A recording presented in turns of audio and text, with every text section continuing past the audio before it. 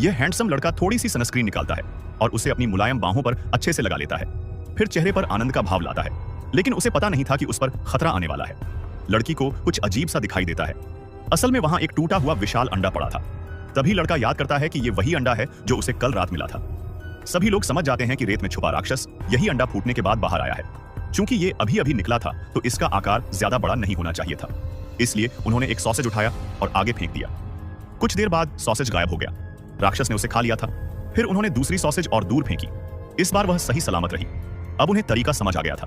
अब सवाल था कि आगे कैसे जाएं, तो उन्होंने 2 स्केटबोर्ड उठाकर रेत पर रख दिए और उन पर कूदकर खड़े हो गए। शुरू में राक्षस ने उन्हें नहीं हमला किया। वे मंजिल के करीब पहुंचे ही थे कि स्केटबोर्ड अचानक पीछे सरकने लगा और फिर एक बार फिर हिला। असल में राक्षस स्केटबोर्ड को नियंत्रित कर रहा था। उसके टेंटकल्स बाहर निकल आए। वह आदमी को पकड़ने वाला था। तभी आदमी ने जोर से छलांग लगाई और सामने रखी मेज पर कूद गया, लेकिन टेंटकल्स ने उसे खरोंच दिया और घाव सड़ना शुरू हो गया। वह दर्द सहता है और बैग में कुछ उपयोगी चीज ढूंढने लगता है। तभी एक केला जमीन पर गिरता है। वह उसे उठा लेता है। राक्षस ने हमला नहीं किया। वह फिर केला उठाता है और समझने की कोशिश करता है। उसे कुछ आइडिया आता है और वह नीचे कूद जाता है, क्योंकि वहीं कल रात की पार्टी की आग की जगह थी। जैसे ही वह खुश होता है, उसका घाव और सड़ने लगता है और उससे तरल निकलने लगता है। फिर वह बेहोश होकर मेज पर गिर जाता है। उधर राक्षस स्केटबोर्ड को खींच कर ले जाता है। बाकी लोग दूसरे रास्ते से भागने की सोचते हैं। वे धीरे धीरे कार के डिक्की तक जाते हैं ताकि कुछ उपयोगी सामान मिल सके। राक्षस कार पर हमला करने लगता है। कार हिलने लगती है। महिला गिरने ही वाली होती है, लेकिन साथ